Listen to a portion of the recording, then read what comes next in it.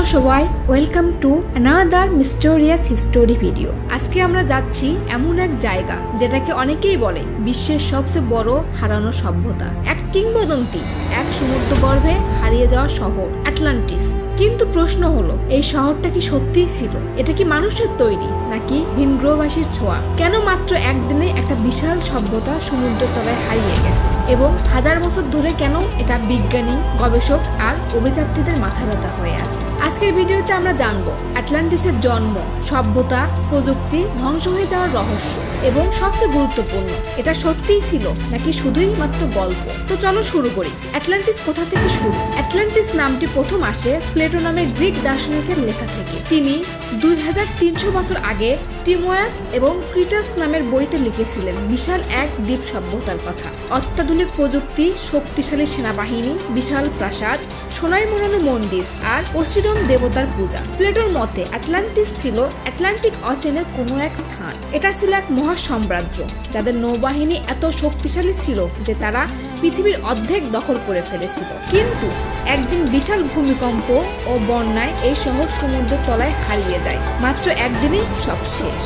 Atlantis কেমন ছিল? Plato এটাকে শুধু একটা সাধারণ শহর বলেননি। তিনি লিখেছিলেন শহরটি ছিল 3টি সমুদ্র চক্র দিয়ে ঘেরা, কেন্দ্রে একটি বিশাল গোল্ডেন টেম্পল। শহরে ছিল অটোমেটিক গেট, সেচ সিস্টেম, নৌবাহিনী ছিল সবচেয়ে শক্তিশালী, কৃষি প্রযুক্তি এমন ছিল যা আধুনিক যুগকেও হার মানায়। অনেক গবেষক বলেন আটলান্টিস ছিল মিশর, রোম, গ্রিস আরো উন্নত সভ্যতার মতোই একটি সভ্যতা। শুনলেই বোঝা যায় এটা কোনো সাধারণ শহর ছিল না। আটলান্টিস বাস্তব প্রমাণ। বিজ্ঞানীরা সরাসরি প্রমাণ না পেলেও অনেক সন্দেহজনক জায়গা রয়েছে। সমুদ্রের তলায় অদ্ভুত স্থাপনা। বাহামাস সমুদ্রের নিচে পাওয়া গেছে বিমিনি রোড, যেটা দেখতে পাকা রাস্তার মতো। অনেকে বলে এটাই আটলান্টিসের অংশ।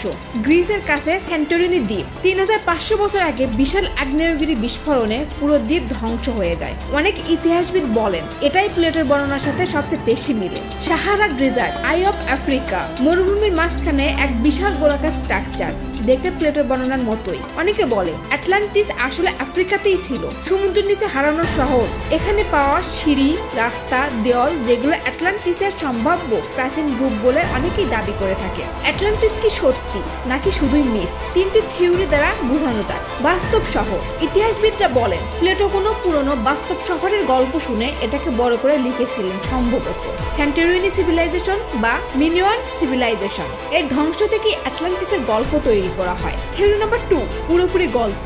অনেক দার্শনিক বলেন প্লেটো একটি নৈতিক শিক্ষা দিতে চেয়েছিলেন, একটি লোভী ও অহংকারী সভ্যতার পতনের গল্প। এটা নাকি উদাহরণ মাত্র, বাস্তবে কিছু নেই। Theory number 3, alien civilisation. আরেকটি জনপ্রিয় মত, আটলান্টিসের মানুষ সাধারণ মানুষ ছিল না। তাদের প্রযুক্তি ছিল ফ্লাই করার মতো যান, শক্তিশালী এনার্জি ক্রিস্টালস, মধ্যাকর্ষণ নিয়ন্ত্রণ। এই জন্য অনেকে আটলান্টিসকে অ্যানসাইন এলিয়ান বেস বলে। আটলান্টিস কোথায় থাকতে পারে? গবেষণা অনুযায়ী সম্ভাব্য 5টি জায়গা বেশি আলোচনায় আসে। Santorini Greece, Bermuda Triangle, Bahamas sea, Azores island, Sahara desert, eye of Africa. প্রত্যেকটার সাথে প্লেটোর বর্ণনার নির্দিষ্ট মিল আছে। ভূমিকম্প, আগ্নেয়গিরি, পানি তলিয়ে যাওয়া গোলাকৃতির শহর। তাই বিজ্ঞানীরা আজও নিশ্চিত হতে পারেনি তাহলে আসলে সত্য কি। সবচেয়ে গ্রহণযোগ্য মত, আটলান্টিস সম্ভবত বাস্তব কোনো শহর ছিল যেটা বিশাল দুর্যোগে ধ্বংস হয় আর সময়ের সাথে সাথে কাহিনী রূপ নেয় এক কিংবদন্তিতে। কিন্তু এটা অস্বীকার করা যায় না, বিশ্বে বহু শহর সাগরের তলায় ডুবে আছে। প্রাচীন প্রযুক্তির অনেক ক্ষেত্রে